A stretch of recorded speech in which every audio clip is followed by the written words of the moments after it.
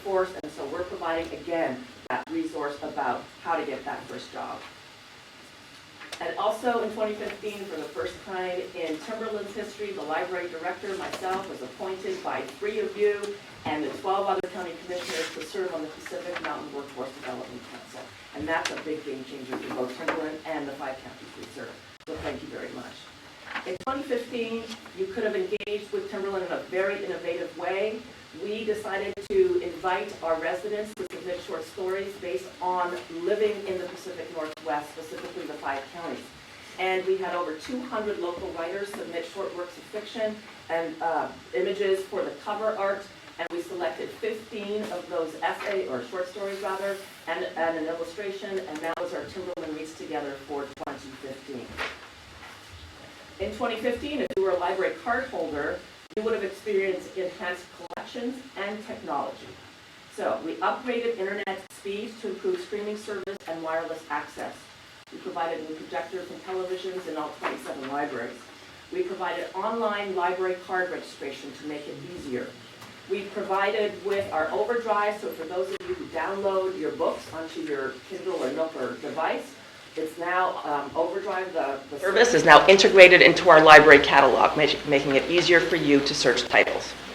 We also added ebooks and comics offered now through Hoopla. Hoopla is Netflix on steroids because it offers not only streaming video, but streaming ebooks, streaming comic books, and so on. So card holders can now check out 20 items per month on Hoopla. We also added a new language database called Pronunciator, where this database teaches you access to over 80 languages on how to pronunciate in that language. There's also a component in there on how to learn music. We also expanded our social media. It's much more robust now. We have added LinkedIn, Instagram, and Teen Instagram. And most recently, we have added on our website, go to trl.org. To the right, it says e-tutorials. Click on that, and you have mini tutorials now on many of these downloadable services that I'm talking about today. 2015 or 2016, in both years, we did what's called the Impact Survey, which is offered by the Information School at the University of Washington.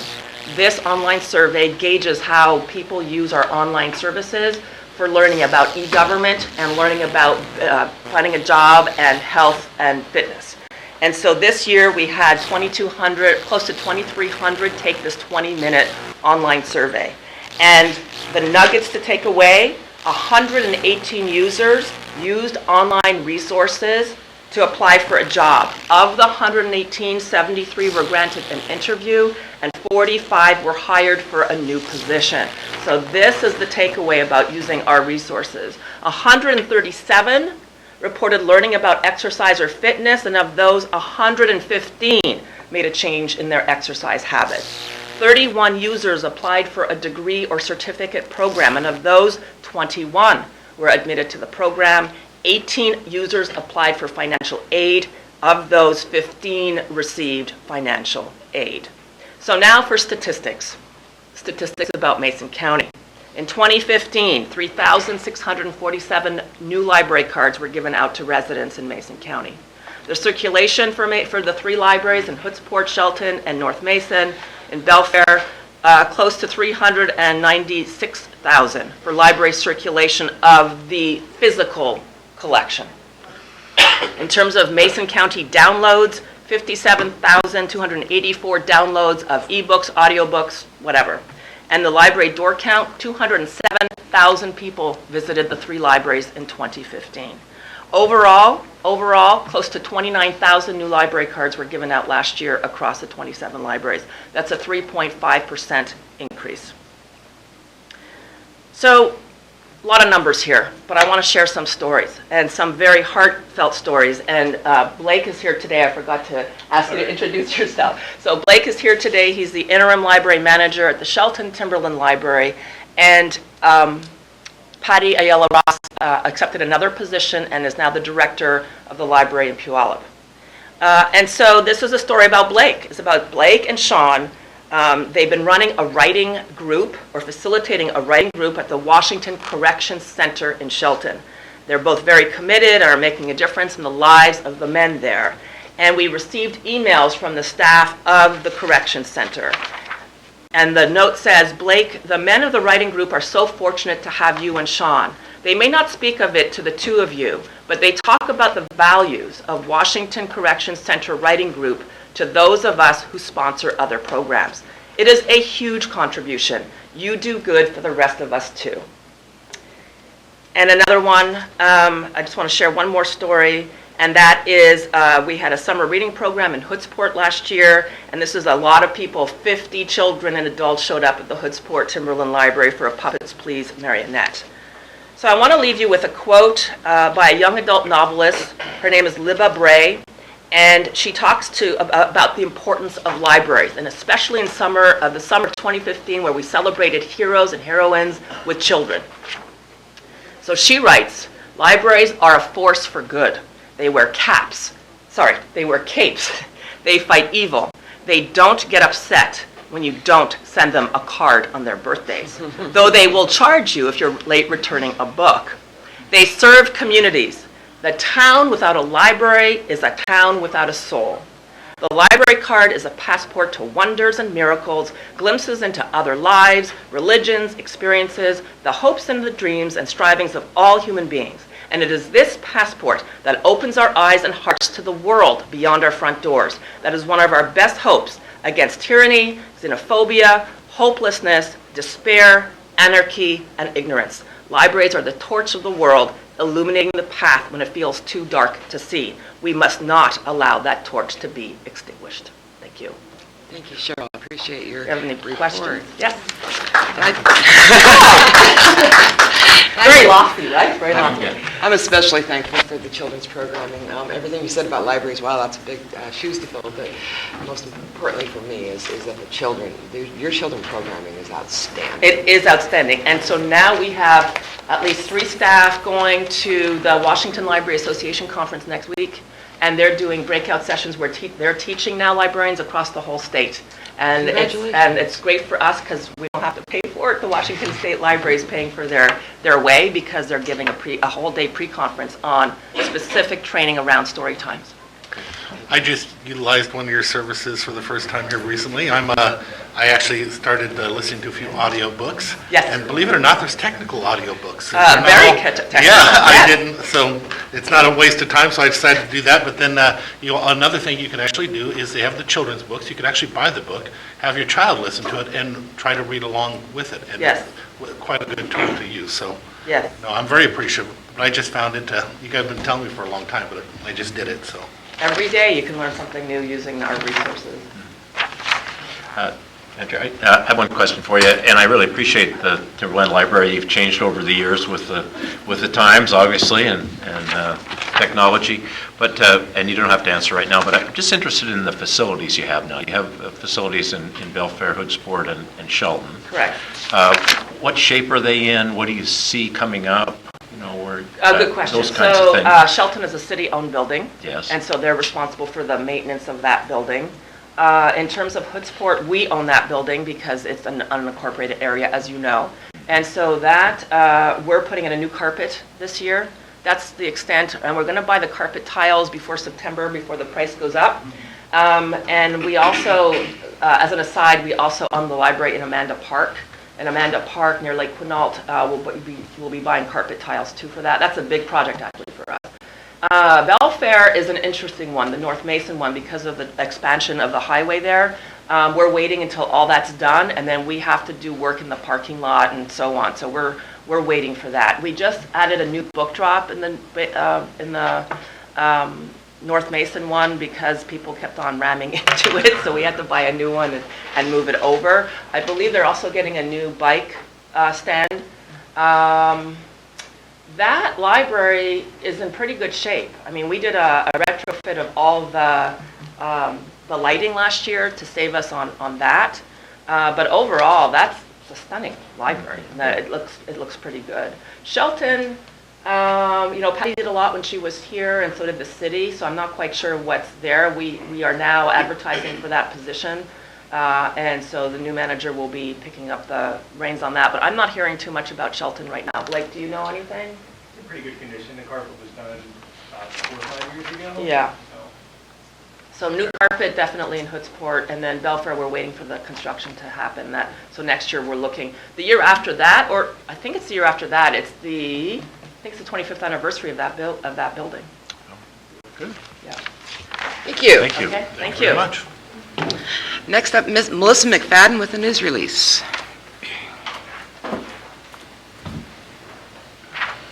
Good morning, Commissioners. Mason County is seeking applicants to fill 2 positions on the Mason County Solid Waste Advisory Committee, or SWAC. The Solid Waste Advisory Committee reviews and makes recommendations to the Commissioners regarding solid waste and special waste management in Mason County, including disposal rates, disposal options, waste reduction, recycling, household hazardous waste, and composting programs. Mason County is seeking an interested citizen from Commissioner District 1 and a local elected public official. Committee members are appointed for a 3-year term. Participation is voluntary, and members meet once a month. I think right now they're meeting once every 3 weeks to try and get the solid waste master plan off the ground. Application forms may be obtained from the Mason County Commissioner's Office, 411 North 5th Street, Shelton, or by calling 360-427-9670, or visiting our website, www.co.mason.wa.us. Applications will be accepted until positions are filled. And I understand we have 2 more that we've contacted the SWAC committee members, and they have indicated that they would like us to go back out and solicit new interest for their positions. So we will have 2 more openings coming up. So Thank you. And then I have a news release. A Thurston Mason Behavioral Health Organization Advisory Board. The Thurston Mason Behavioral Health Organization Advisory Board is the result of the integration between the Thurston Mason Regional Support Network and Thurston Mason Chemical Dependency Advisory Boards. Integration between mental health and chemical dependency was a result of Senate Bill 6312, I believe passed in 2014. The advisory board is a citizen advisory board which represents the citizens of Thurston and Mason counties. The role of the advisory board is to advise the Thurston Mason BHO, Behavioral Health Organization Governing Board, on matters relating to mental health and substance abuse disorder services in Thurston and Mason County. Each member is expected to represent all citizens of the 2 counties in their recommendations and advice. There are several openings on the advisory board, especially for tribal representatives and residents of Mason County. Each board member is appointed to a 3-year term by the TMBHO Governing Board. Interested citizens may obtain an application at the Mason County Commissioner's Office, as our address, or by calling the office. And you can visit the Mason County website. Applications will be accepted until positions are filled. And I just wanted to share that the advisory board needs Mason County representation. It's over the past, when it was a regional support network, it was almost exclusively represented by Thurston County residents. And I think that where the delivery of services is provided is indicative of lack of representation in Mason County. So I would strongly urge people to consider applying to be on this advisory board. It's 1 meeting a month, and each quarter they'll be here in Mason County. Madam Chair, I'd like to second that, because over the years we have been very much underrepresented in Mason County in these issues. So if there are people out there that would like to volunteer that commitment, thank you for letting us know that it's 1 meeting a month. It's a very important position to provide input from our community. So thank you for putting that together. Mm-hmm. Is there any other organizational business to come before us? Thank you. That takes us to item number 5. This is our open forum for citizen input, an opportunity to address the commission and the public on any issues that are not on the agenda. If you'd like to address the commission, please raise your hand and you'll be recognized. Is there anybody who would like to speak to an item not on the agenda? Mr. Bloomfield, former commissioner, Steve Bloomfield. Heavy on the former. Steve Bloomfield, 391 Southeast Dahman Road, Shelton. Commissioners, I just kind of wanted to let you know that you had an opportunity to meet my daughter-in-law recently, and she had a heart attack last night. Oh. She her heart quit beating for a number of minutes. They revived her, did emergency heart surgery, and she's okay. She's doing well this morning. Probably 10 years ago or 5 years ago, she may not even survived. It's one of those miracles. But it comes down to prioritization of what's really important in life.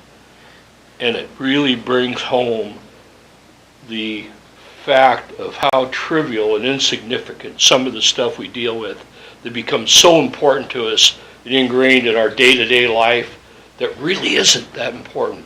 And we have to be able to release and move on to the really important things, because you never know what tomorrow's going to bring.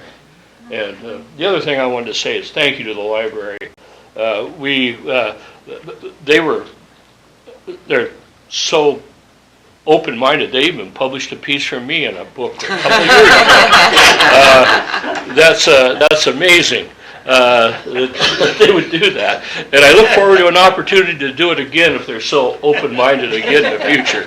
But let's prioritize our life to what really is important in it and not forget those issues, because you might not even be around tomorrow. You know, Steve, me and Commissioner Jeffries interviewed her. What an impressive person. I mean, we won't forget her. She was probably one of the most professional people you could ever run into. It was very impressive. She's wicked smart. Yes, she was. Actually, I think we may have said something like that. Thank you, Commissioner. Is there anybody else who would like to address the commission?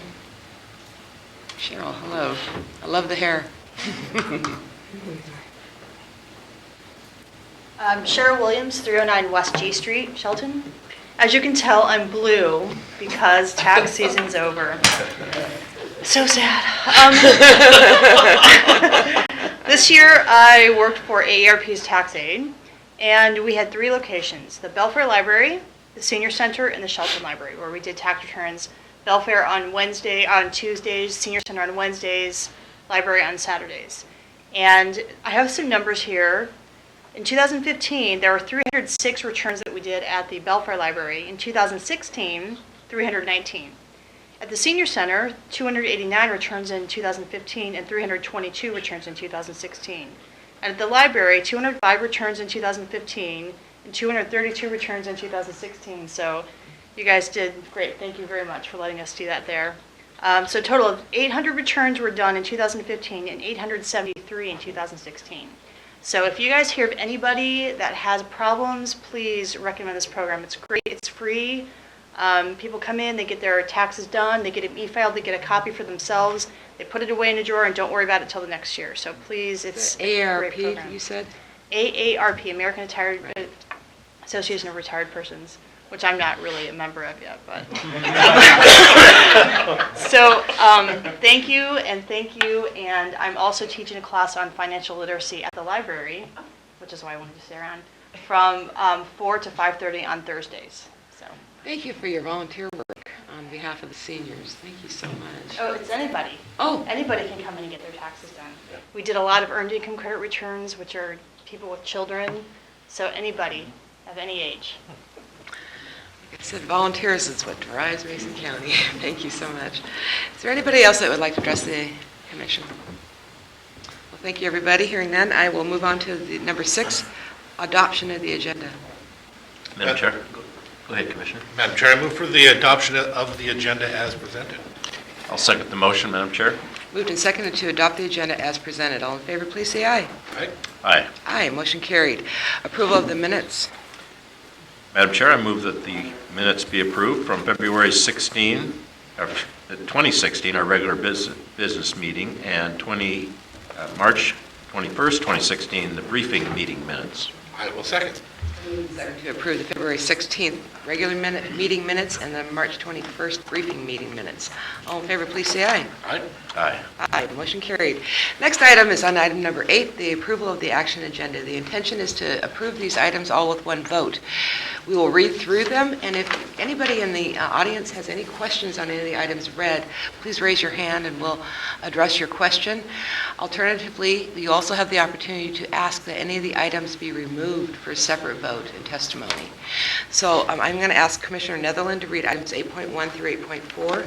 Commissioner Sheldon, could you please read item 8.5 through 8.7?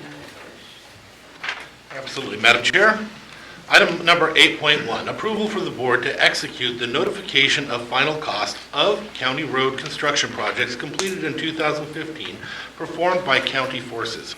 Item number 8.2, Approval for the board to authorize Public Works to solicit, award, and enter into contract for the procurement of materials and installation services to complete indoor-outdoor lighting retrofit project at the North Bay Case Inlet Water Reclamation Facility. Announcement of awards will be scheduled during a regular commission meeting.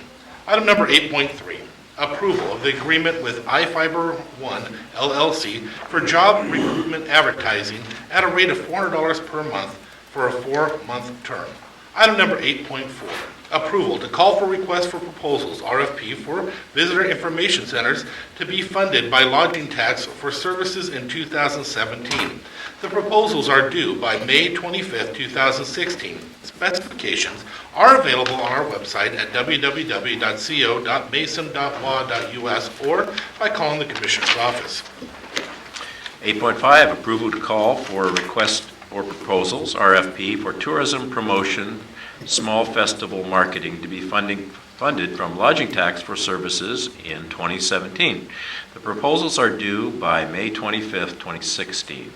Specifications are available on our website, www.co.mason.wa.us, or by calling the Commissioner's office. Approval of the Puget Sound Local Source Control Program interlocal agreement with Kitsap County from July 1, 2015 through July 30, 2017.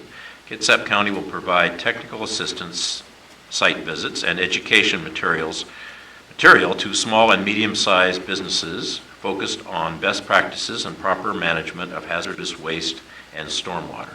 And 8.7, approval to authorize equipment rental and revolving, ER&R, to declare certain vehicles and equipment as surplus and dispose of this equipment at the Washington State Surplus Sales. Item 8.8, approval of the 2016 contract with Choice Regional Health Network in an amount of $4,000 for the Youth Marijuana Prevention and Education Program.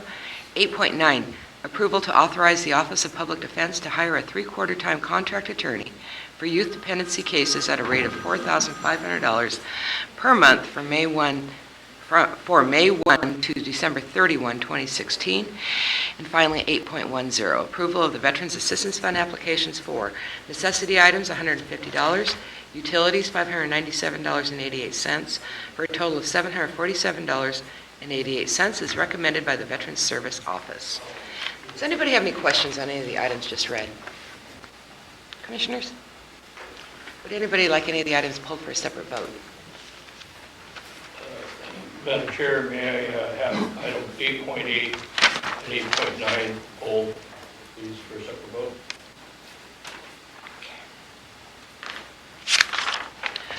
Any other requests for separate vote?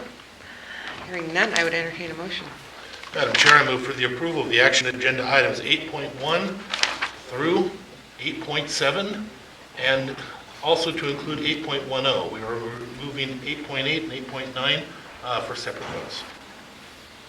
I'll second the motion, Madam Chair. It's been moved and seconded to approve items 8.1 through 8.7, and removing item 8.8 and 8.9 for a separate vote, and then approving 8.10. Is there any discussion? I just want to thank the Lodging Tax Advisory Committee for all their work they're doing on the visitor information, or on the distribution of those taxes and tourism promotion. And these two RFPs are just continuing on the work that's been done, but in a formalized, contracted manner. So I really appreciate their work. I'd like to comment on item number, what do we have here? Item number 8.3. I think this is a wise move to do some more local marketing on the radio station in order to try and bring people to come to work for Mason County that actually live right here in Mason County. And I think it's a great opportunity.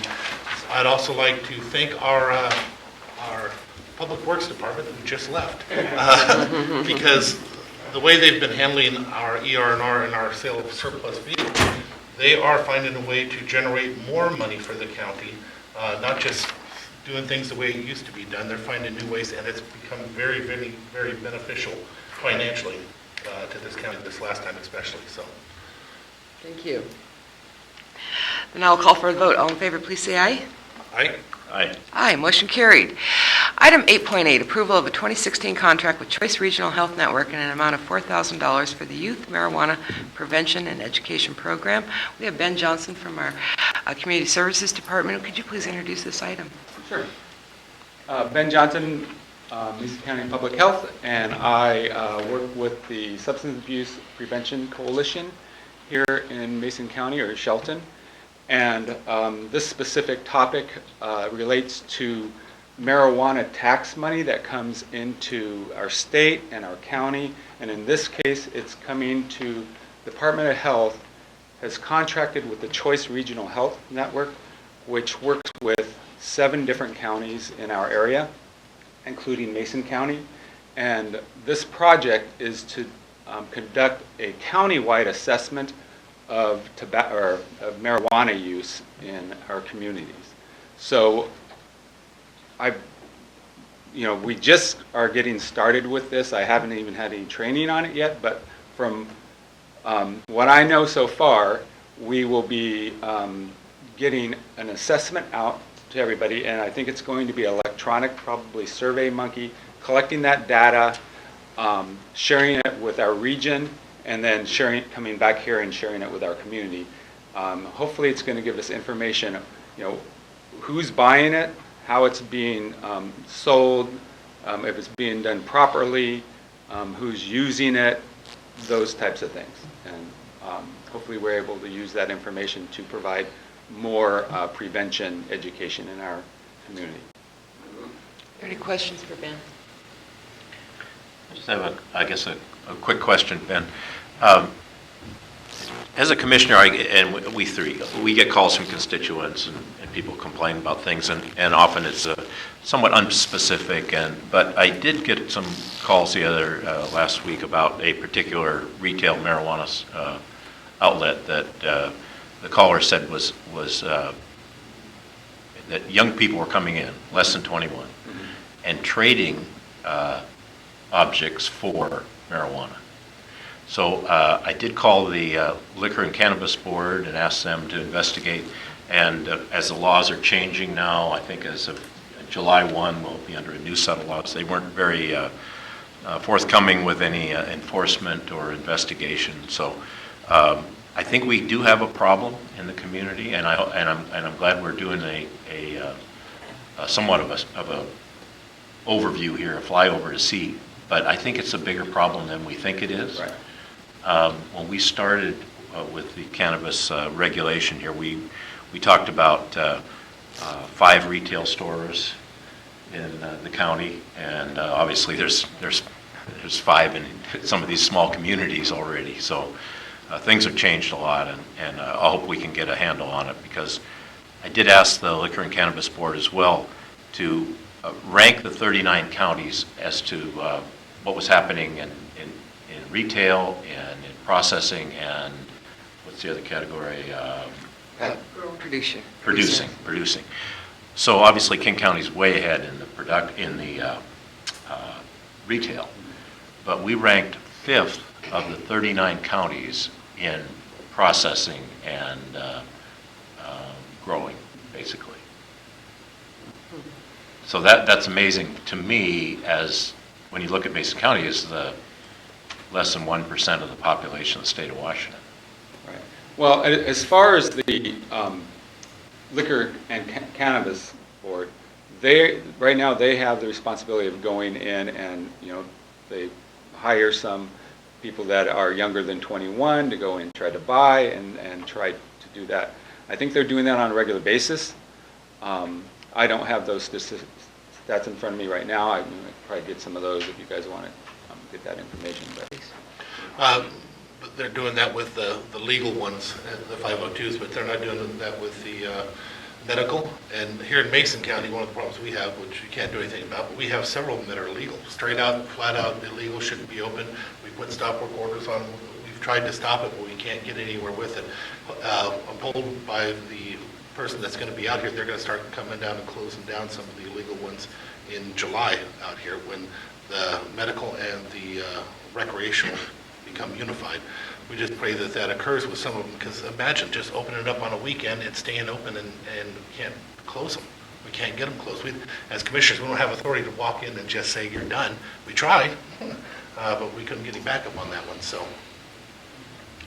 Ben, I have a question regarding the funding source for this particular grant. I'm assuming that because it's coming from Choice Regional Network have been granted this, that this is the state monies, not necessarily the local share.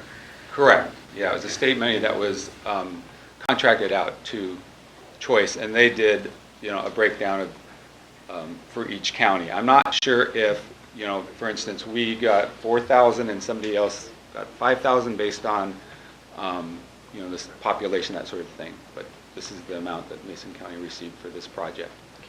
So, and it only goes through the end of June, so we haven't gotten guidance on, everything's behind. The funding came in at the end of December, 1st of January, and contracts are being worked out, and it needs to be spent before the end of June, so. Gosh, that's too bad that Hopefully, they do these they have a good artificial survey and we can implement it.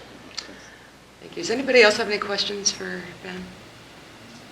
Have you ever looked at the number of posts on Craigslist for in the health and beauty section for medical marijuana or marijuana for sale? I mean, there's a whole, it's very interesting how we may or may not be able to really constrain the sales because it's now so open and people just open the door. Interesting. I never Be thought interesting about as part of your assessment. I don't know. Yeah, it. Throw that in there. see what it looks like. Like I said, there's going to be web trainings and that sort of thing that I'm going to have to go through, and then we're going to conduct. In the past, all our assessments have been just Shelton because that's where the funding has gone through. This is the entire county. So. Great. Thank you. Thank you. Is there anybody who would like to testify on this issue? Mr. Bloomfield. Excuse me, I'm a little slow today. Steve Bloomfield, 391 Southeast Dahman Road, Shelton. Thanks for the explanation. It answered some of the questions I had, but it kind of ties to 8.9 as well in that the cost of doing business. And I wasn't sure where the money was coming from. I didn't know what the intent of the expenditure was. And where it was going to go, and is it going to be effective? And quite frankly, I don't know if it's going to be effective with what you're doing. The guy that's breaking the law probably isn't going to tell you the truth. That's a little bit disconcerting that we might be throwing money down a rat hole when we've got a $4,500 a month expense right behind it that's dealing with these kind of problems. Anyway, I think it's part of our overarching responsibility here as commissioners, as community members, to answer these questions before we go down the road of doing this. And it's a huge job. Thank you for what you've done. I appreciate it. I appreciate your continued effort at doing this, and thank you for what you can do. And if there's any way we can help as a community, or you need support, please ask the community, okay?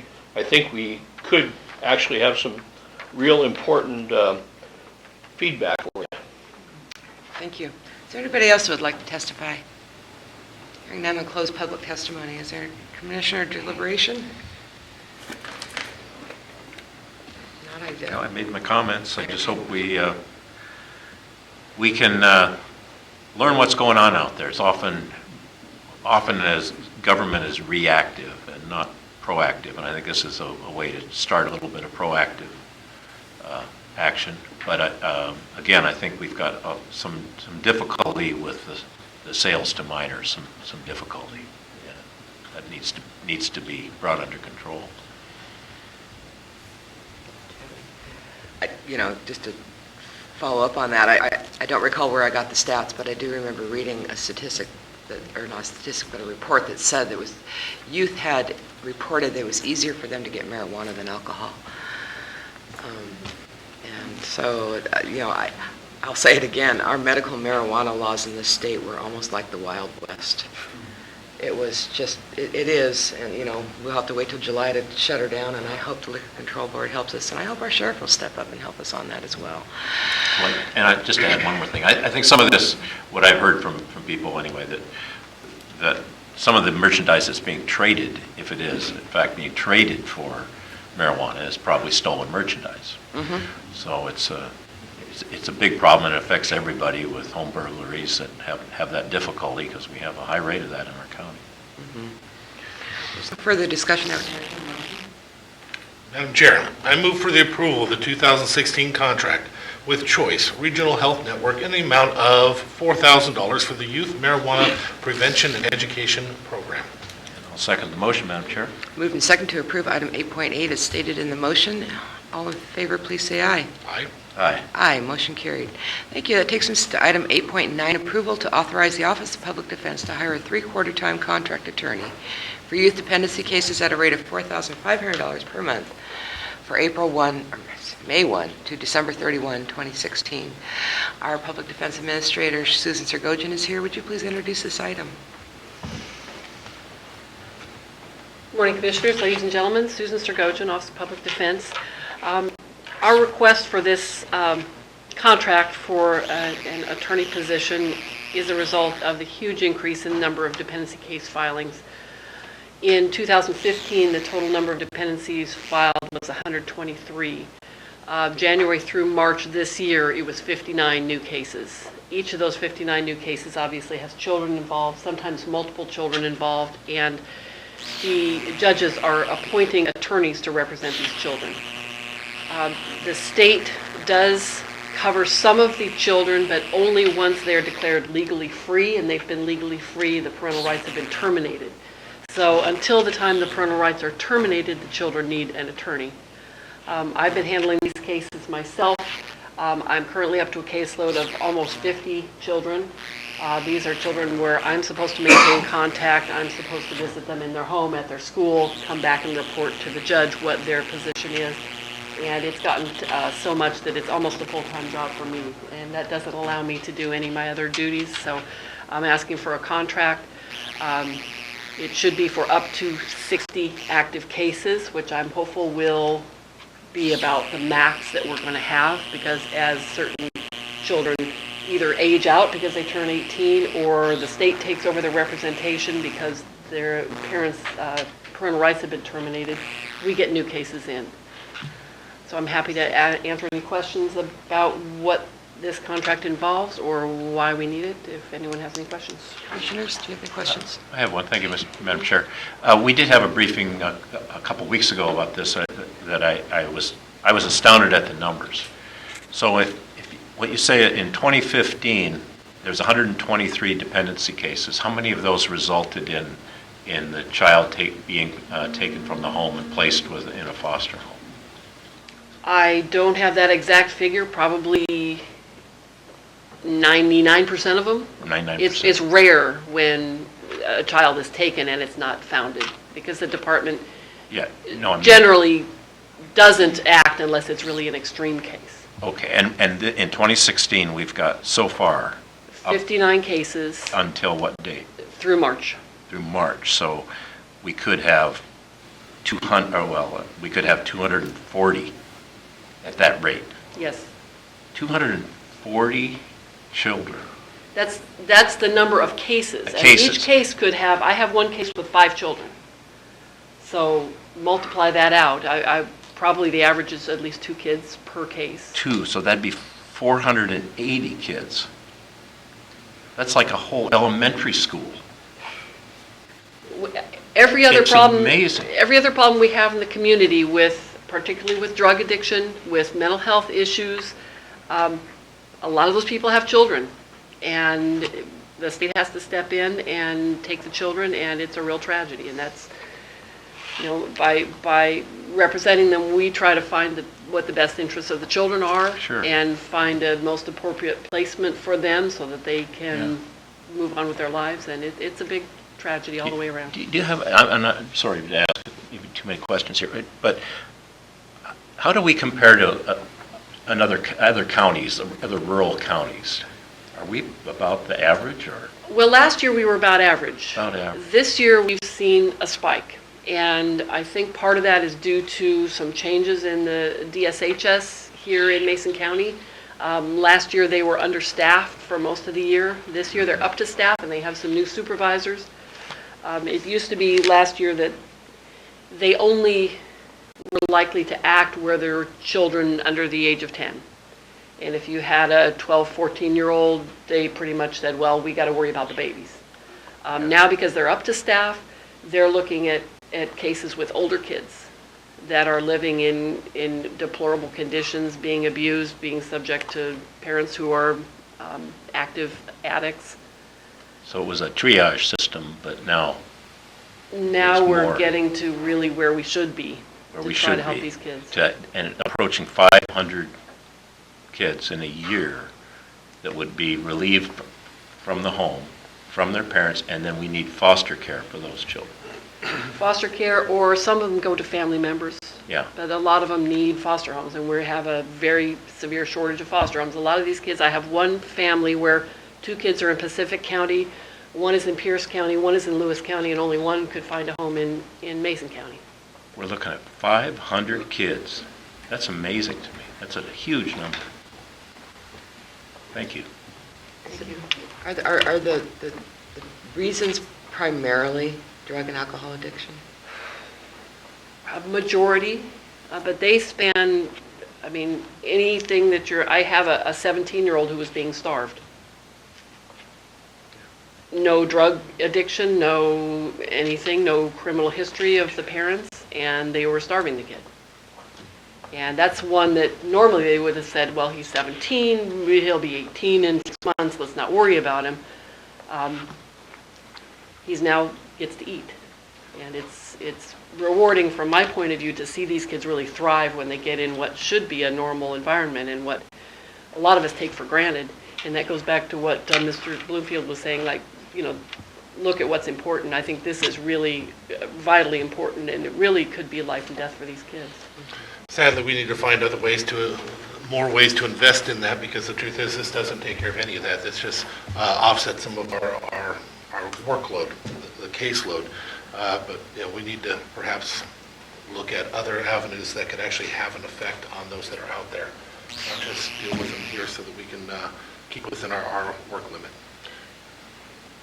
Laura Porter, former commissioner, Mason County, has done a tremendous amount of research on something called adverse childhood experiences, and they've made a direct connection between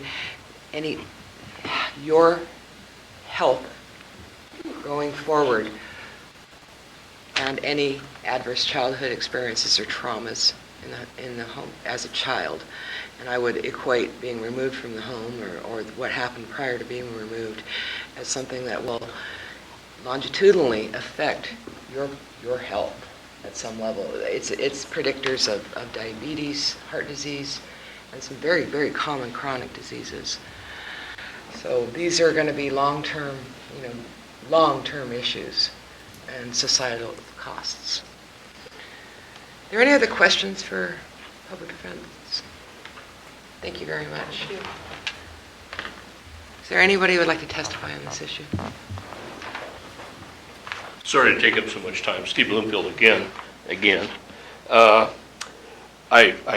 want to speak highly for Susan and what she's done, and the caseload that's there is way too high. It's way too, this is a Band-Aid to the problem, unfortunately. Now, again, it goes back to the $4,000 education efforts and trying to prevent that problem before it gets to her position where we have to pay for that public defense. It's a huge problem, and it's a growing problem, and it is absolutely unfathomable that in Mason County we could have 500 or more kids in this situation. It's unbelievable. And thank you for what you do, and I appreciate that, and the placement of those kids and their future depends on this being done and done right. So please, let's get on with doing what we can to solve that problem. Thank you. Thank you. Is there anybody else who would like to testify? Mr. Mr. Watson. Thank you, Mr. Chairman.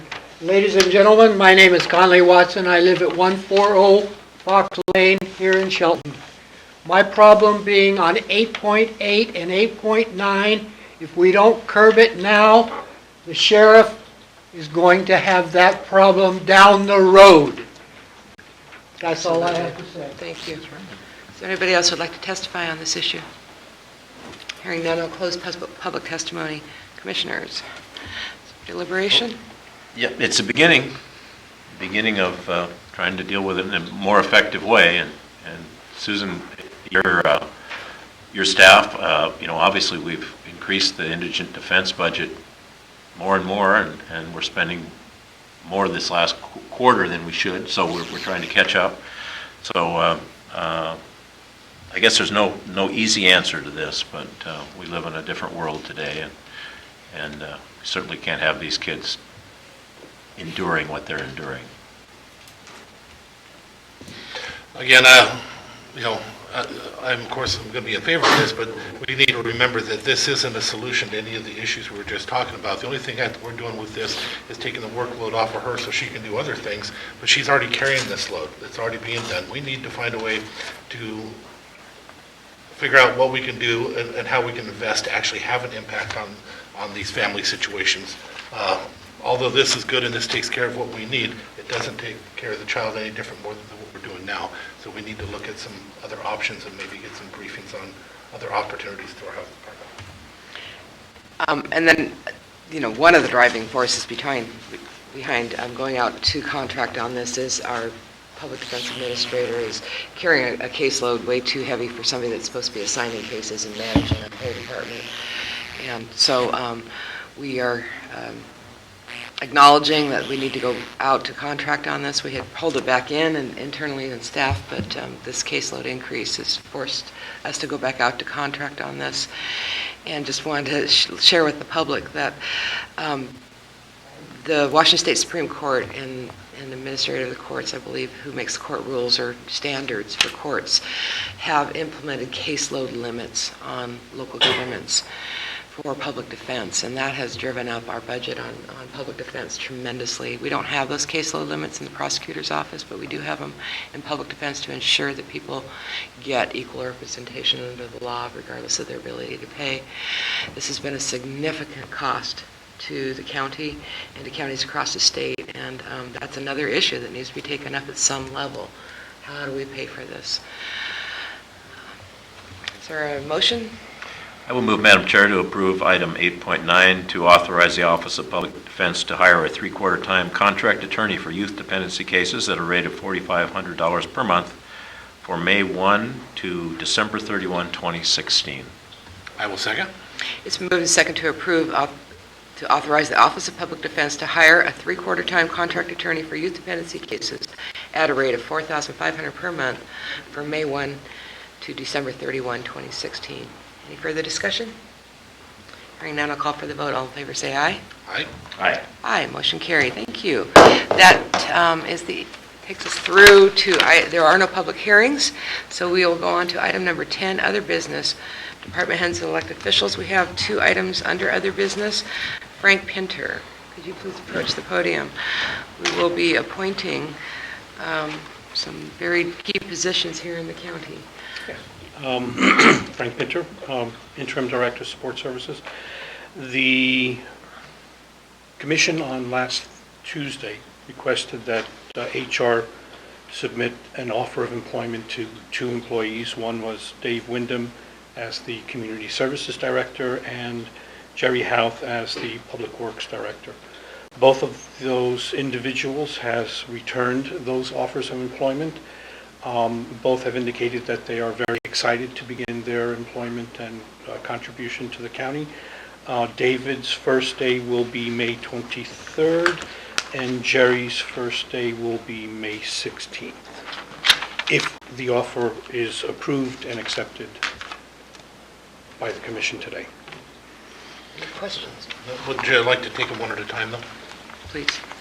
Madam Chair, I move for the approval to appoint Dave Wyndham as the Community Services Director. I'll second the motion, Madam Chair. Moved and second to appoint Dave Wyndham as our Community Services Director to begin work on May 23rd. Any more further discussion? I think it's going to do an outstanding job. I was very impressed. I've known people that recommended him in the legislature, that have worked with him in that Tri-County area in eastern Washington. I think the world of him. They're going to be pretty mad at me because he's being hired here, so I've got to lay low for a while. I think we did a really good job on vetting. I really truly believe he's going to help frame that next generation of customer service and getting things done quickly that we've been trying to get and make happen. I'm very pleased with this decision. Thank you. So I'll go ahead and call for the vote. All in favor, please, of appointing Mr. Wyndham as our Community Services Director, please vote, say aye. Aye. Aye. Aye, motion carried. Congratulations and thank you, Mr. Wyndham, and thank you to all of the applicants. Item 10.2, approval to appoint Jerry Hout as Public Works Director. Did you have any, you said both of them. I said both at the same time. Yeah, Jerry Houth his first day is scheduled for May 16th, I believe. May 16th. Yes, May 16th. Madam Chair, I'd make the motion to rehire Jerry Howell as our Public Works Director, Public Works and Utilities Director. I've known Jerry a long time. I was never a commissioner when Jerry was employed here, but worked with him quite extensively as EDC Director years ago. He lives in our county. He's been a long-time resident. He works at the City of Bremerton presently. And you'll have to explain to Mayor Lent why he's coming here. I'll leave that to you, Madam Chair. But he's an outstanding individual and knows our county very well. So I think we're going to do very well with him. And I certainly look forward to working with him, as all of us do. I will second. Okay, it's moved and second to appoint Jerry Houth as the Public Works Director. I just want to share that, I don't know why, but there's this internal happiness around stealing employees from the City of Bremerton or one of our larger markets, just because it's finally going the other way sometimes. It's true. We do actually feel a little something when we do that. Okay. All in favor, please say aye. Aye. Aye. Aye, motion carried. Welcome aboard, both of you. Thank you. Are there any department heads here that would like to address the commission? Justin Smith from our WSU Extension Program. Yes, Justin Smith with the WSU Extension here in Mason County. Good morning, Commissioners. Wow, Congratulations. Thank you. I would say, wow, that was probably one of the most unsettling conversations I've heard about the number of kids in this community. It's not what I'm here to talk about, but it's definitely pause for thinking about some solutions to that. That said, I wanted to let people know that it's that time of year again. The Plant Sale Festival is coming up for the Master Gardeners. That'll be on May 6th and 7th at Neelam Park. And flyers are going to be going up, and so it'll be a great opportunity to support that program and to get your plants for your garden this year. We also, on May 4th, it looks like we will be giving a presentation on the use of drones for natural resource management at the Civic Center in conjunction with the Squaxin Island shellfish biologists. So it'll be pretty interesting if you're interested in flying, hovering devices that can be used for all kinds of monitoring or surveillance. I'll be talking about some high-tech and low-tech ways to leverage those technologies. We have submitted several pre-proposals to use and to develop applied technologies with respect to these to drones that are currently used in the Precision Ag Center in Prosser.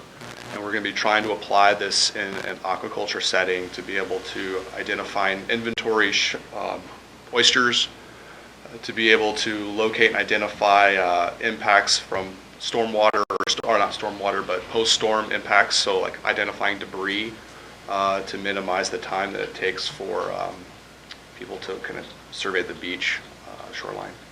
And to also to identify and mitigate, or at least identify and map the growth of Japanese eelgrass.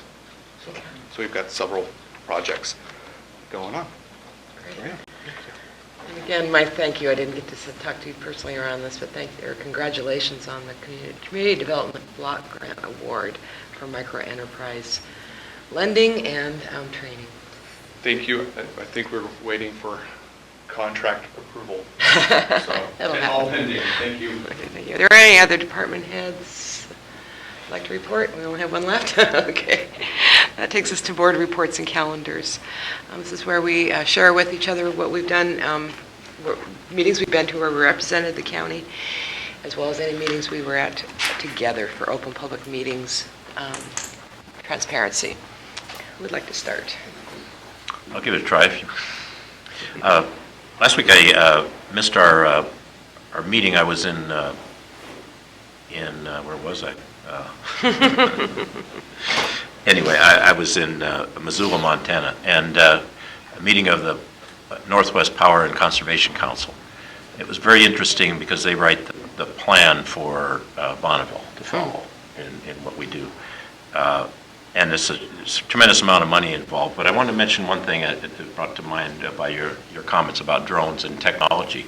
So there was a presentation by Dr. Michael Young from the United States Forest Service.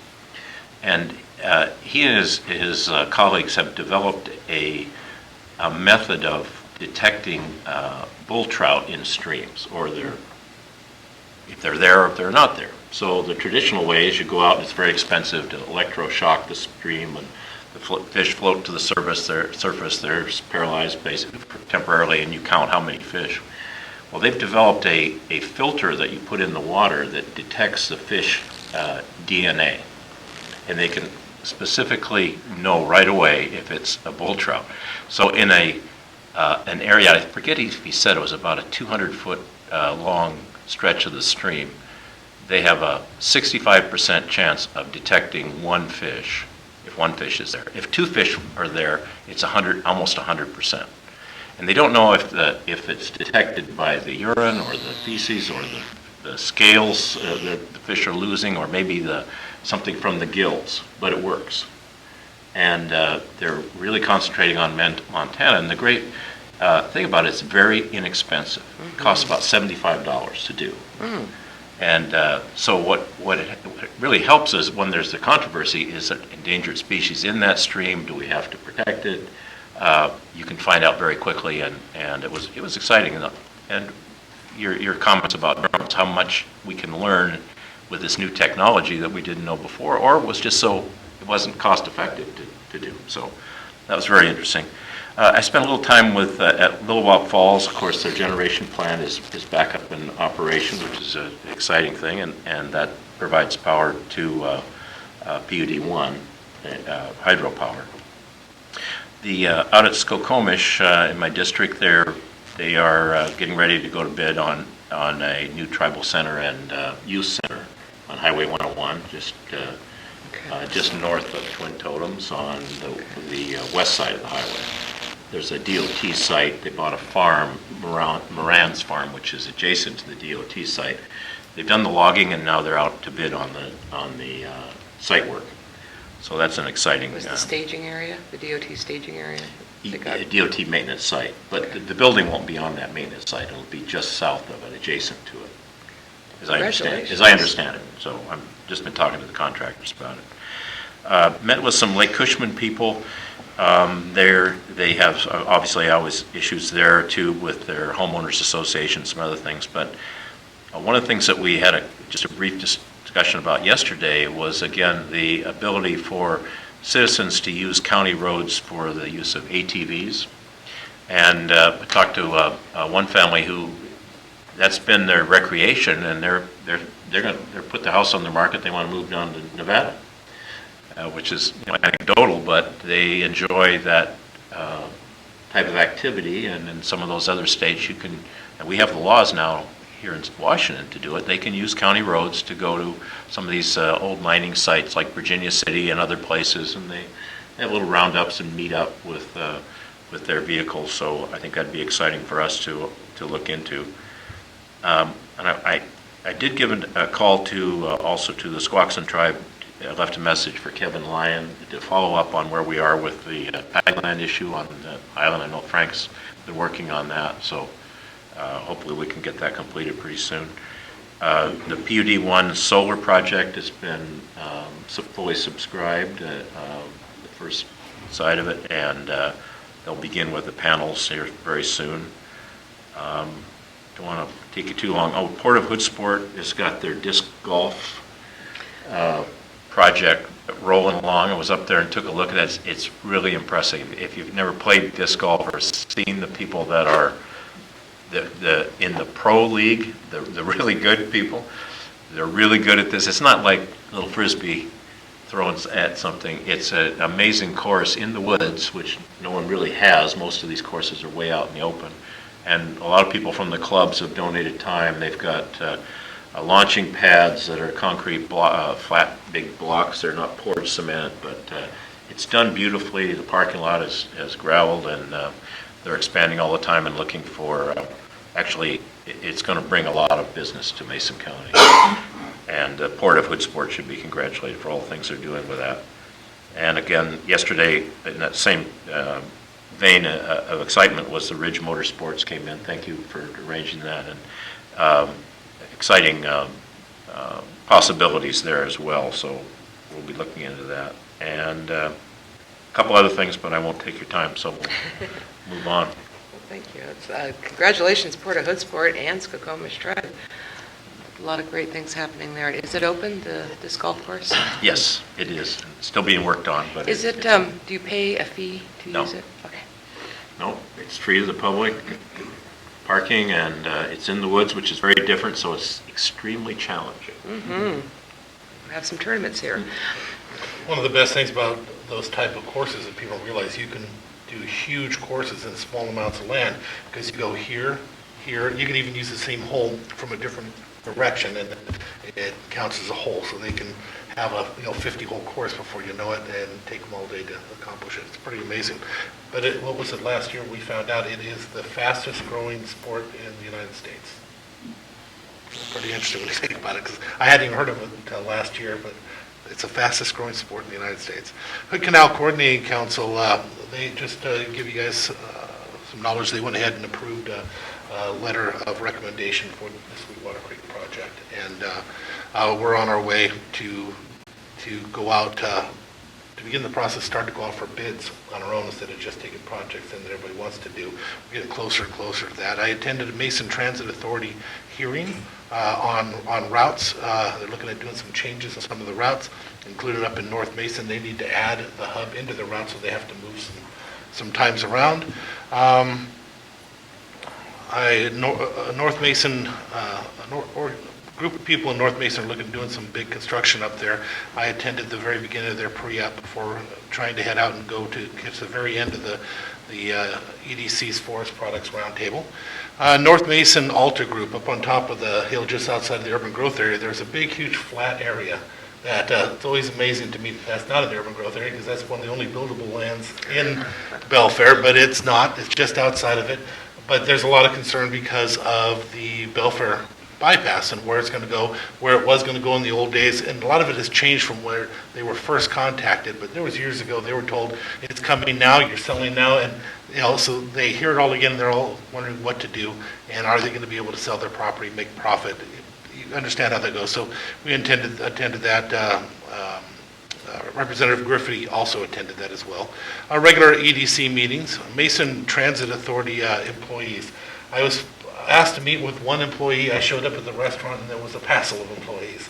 Caught me off guard a little bit, but we had some conversations about that. You and I both attended the Greatview School District ribbon cutting celebration. Wonderful, wonderful, what a wonderful school. Being from North Mason, we've always looked at Greatview as a little bit special of a school. They have their own little group. They only attend up until high school or in their own school district.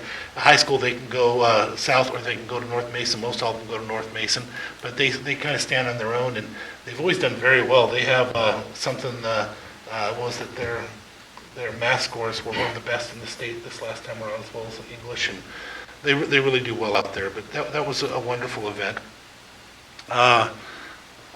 Peninsula Regional Transportation and Planning Organization, did I get it right that time? Okay. Attended that to talk about some of the different things going on there. With that, I made a connection with the mayor of Port Angeles in discussions of bringing that region into the West Sound Alliance so that we can expand our legislative touch there in regard to transportation. Little League had their opening day. That was an incredible event, watching those little kids. And although next year I think they'll be smart and they'll put the older kids out in the field because they take them out in groups. They'll put the older kids out in the field first. You don't take the 5-year-olds and throw them out there first and they're out there for 20 minutes. By the time it's over with, they're running all over the place and trying to control that when the older kids finally hit the field. Let's see, Belfair Elementary had an auction for their 5th grade camp. It was extremely well attended. The room was completely packed, and I hear that they grossed in just the auction over $12,000, which for little Belfair, that's not too bad. Then we had our briefings, of which Commissioner Sheldon explained a lot of things we did there. This next week we'll have a League of Women Voters lunch. Sherry Appleton is coming out, and Mike Olson, former council member of Shelton Commissioner, will be there. They'll be talking about the different benefits between a commission and a council, and perhaps the difference in the numbers. And Sherry Appleton is the House Chair of the local government committee. Let's see, I'll have a business retention meeting with the EDC. I'll be meeting with some local businesses again on the road widening. Because of the way this is handling and all the different delays, it is affecting their businesses, and they keep wondering how we can get past some of these roadblocks. I may be attending a luncheon with women Democrats out here, an event they're having. Let's see, I also have an appointment to meet with a few of the local people because of the road widening in regards to liabilities. The law says these connections, these driveways that are connecting to the highway have to be at a certain angle and a certain height and so much clearance before coming on. So because of that, some of these properties have really lost a lot of property. There's a couple of them, like the Masonic Lodge there, that literally they've had to build a roundabout to get up to that level, and it's taken up quite a bit. Well, then all of a sudden, some of these groups got together and started asking the question, what happens if somebody falls off of these things? And what's the liabilities, and whose responsibility is that? And that's a big question, so we're going to get some more information from them and try and find out where the liability issues end and try to help them to protect themselves on that. North Mason Chamber of Commerce lunch. I'm hoping to meet with Mayor Lent and a Port of Bremerton Commissioner in regards to potential development going up in Skia. Mount Moriah board meeting. North Mason Community Voice is having a meeting up in Belfair, and the TIPCAP. Our TIPCAP group is their guest speaker, and then that brings us back to our briefings, and we start all over again. I'll try to be quick as well. Last week I attended I don't have my calendar in front of me, so I'm working off of memory. The Economic Development Council's industry roundtables have been phenomenally informative and helpful, and I look forward to seeing the final report. But last week was the forest products industry, and two things kind of rose to the top. Number one, that we potentially should be jumping onto opportunities for the research into some of the value-added products in the forest products, such as biofuels and cross-laminated timber. What can we do to be on the forefront of encouraging those two technologies? And like I said to the group, forestry has been our heritage, but it needs to be our future, and so we have to be pretty proactive to keep it going. The other issue that came to the top was that we see the U.S. Forest Service decreasing year after year after year the amount of land that can be harvested. That's federally owned. The state, the foresters agreed that the state Department of Natural Resources has been managing their lands very well with harvest, but the feds, it's just so hard to get them to open those lands up. And that was the original intention of the U.S. Forest Service when it was first created. And somewhere along the line it turned into a preservation agency. And so it's making an impact on foresters. Let's see, I had a meeting of the Behavioral Health Organization. I met with our prosecutor on some, a number of issues, a very good meeting with him, about 2 hours, and he will be calling for a briefing to meet with us and the judges and our public defense office about some alternatives to how to treat the infraction or the charge of driving with license suspended 3. It is clogging up our courts, it's clogging up not necessarily our jails, but it's definitely eating a lot of our public defense dollars and taking a lot of the prosecutor's time, and there's some alternatives around that. I didn't know that you could have your license suspended for not paying child support. It's not always a driving infraction that people are getting their license taken away. Fishing license, your hunting license, Yeah. there's a lot of them. So we'll be hearing from him on that, and then I spoke about a few other issues. Let's see, I was at the Great View School grand opening. I will be at the League of Women Voters meeting today. I will be at the North Mason Voice meeting to hear their input to our Transportation Advisory Group. Mason Transit Authority meeting today. I hope that you're able to attend. We've got a couple of major decisions to discuss. Have a Criminal Justice Working Team meeting Wednesday. Is there an industry roundtable this week? I don't have one on my... Okay, so I don't think I have I that. know they've been going back to back. I couldn't find one on my calendar. I was worried about that too. Okay. Let's see, I have a law library meeting. I'll be meeting with representatives or the owners of Cooper Studios around some issues they want to discuss regarding tourism promotion. And on the same topic, our contracted marketing agency, Blue Collar Agency, will be having a open forum for our tourism stakeholders on Friday at 1 o'clock at the Alderbrook. All are invited. You'll probably get some good food if it's at Alderbrook. Are you going to be there, Commissioner? I will be there. I may be there also, so we may both be there. I didn't mention, I forget when you're done. And just one more, I think it's this week, I'm working on memory again, is a work session with our behavioral health organization, talk about the structure. Before you go, I want to compliment you, Commissioner. We tasked you and asked you to move forward with meeting with the prosecuting attorneys and trying to find a way to balance and bring down our caseloads. And I just wanted to tell you I appreciate your efforts of pulling them together. You're doing a great job. Thank you.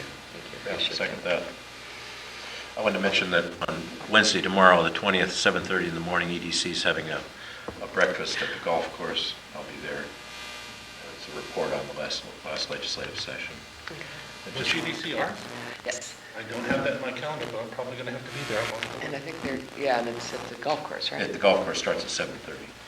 Can't be there because of criminal justice. Two questions, Commissioner Netherland. You mentioned Sweetwater Park and a bid, going out to bid. Who would go out? No, separate issues. Oh. They just sent a letter of support. Coordinating council. Yes, had nothing to do, where we've been going on the coordinating council is we started off with getting control over giving out money. And then we made it so they had to go over a priority array and an action array together, which changed how it all worked and who received money. But we've been moving forward towards the idea of going out for bids on projects because they don't seem to want to do some of the projects that will benefit the ecosystem the greatest. My best way to explain it is everybody wants to bid to sweep the floor, but nobody wants to bid to clean the toilet.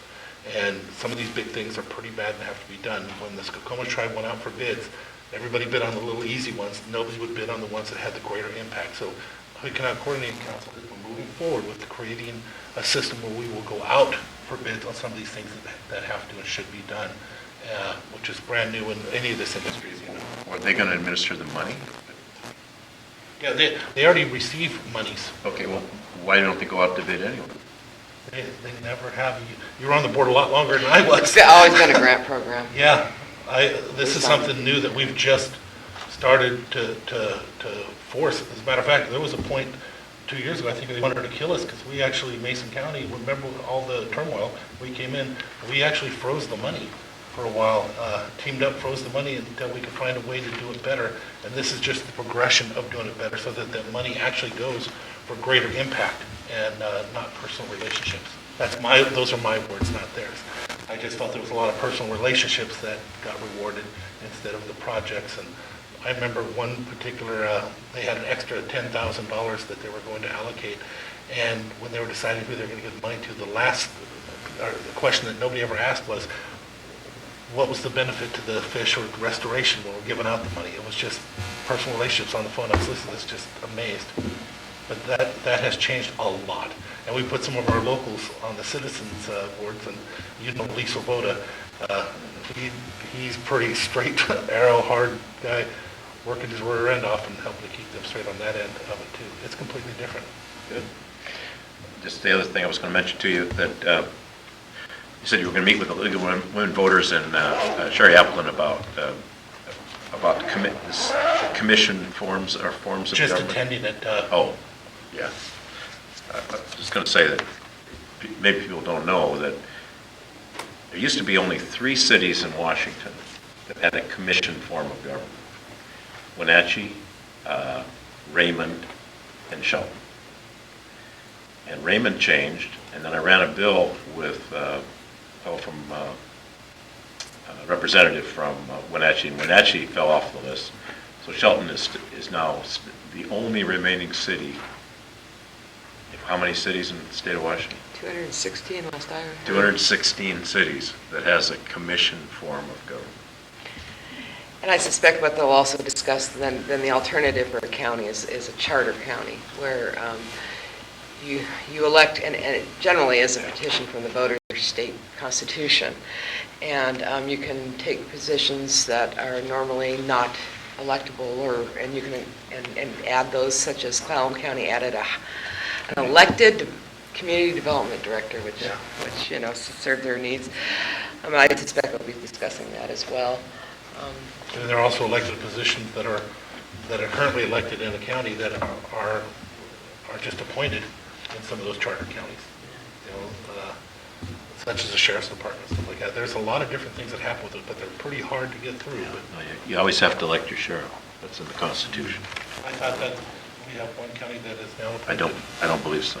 So, Well, that's worth discovering. I just wanted to also share that I'll be meeting after this meeting with a representative from a private company that is asking the state to provide a certificate of need for a 75-bed psychiatric hospital in the city of Lacey, including a detox facility. This is a much-needed facility, and we're going to be asked, and I'll be asking the commission whether or not you would like to send a letter of support for this.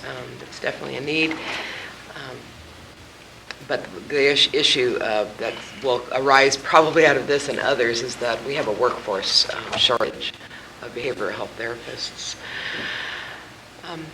Is there anything else to come before this? I just want to add, I'm not in favor, just so we know, just because we're talking about that, I'm not in favor of charter counties for a different reason, though, not because of how they structure it, but there are other taxation things that become quite easier to do through That's true, too. charters, and that always scares the heck out of me. And, if we make it, leave it out there as an option, eventually somebody will take that option, run with it, and charge more. Commissioner Nivlin, I did want to thank and congratulate you for the work you've done on the Hotel Coordinating Council. We had one of the members of the council say to me at one point that, due to Mason County and your work, we have cleaned up the operations of that council, and I know you took that to heart. You worked really hard on making it a very fair process regarding the distribution of our salmon recovery monies, and thank you for your time. And I appreciate that, but I got to remind you, it was funny because when we first did it, it was a team effort. It wasn't me. We were our only team. We only have one vote, but we were our only team, and we were in there working it as though we had 2 votes. And then the Skokomish tried, and we had 2. And then, to be honest with you, the commissioner was there from Bremerton or from Kitsap County. We tricked him and into 1 vote, and then we gained control for a short time. But no, it was funny because we would just work it back and forth as though there was a team of voters in there. It eventually worked. So, pat on the back for you as well. Well, I'm really glad if it has it, I'm really glad it's improved. I was a chair in 2005 and 2006, and during that time we had a lot of discussions about just leaving the Hood Canal Coordinating Council. Yeah. It was a very difficult organization, so I'm glad it's improved. And you guys had that discussion when I first came in, and we took that seriously. I explained to them at the time, they're not talking anymore about whether to keep us, it's whether to have us back. Because you guys, as far as we were concerned, had already given notice you were pulling out. And so they had to earn our trust. They didn't even have a budget. $7 million and no budget. So they had a long way to go to keep Mason County. Is there any other discussion? If not, I'd entertain a motion to adjourn. I will move for adjourn. We are adjourned. Second. That was you that did that. Yeah, in a good way, but it was you. I remember, just hit me. That was you that stood up on that one.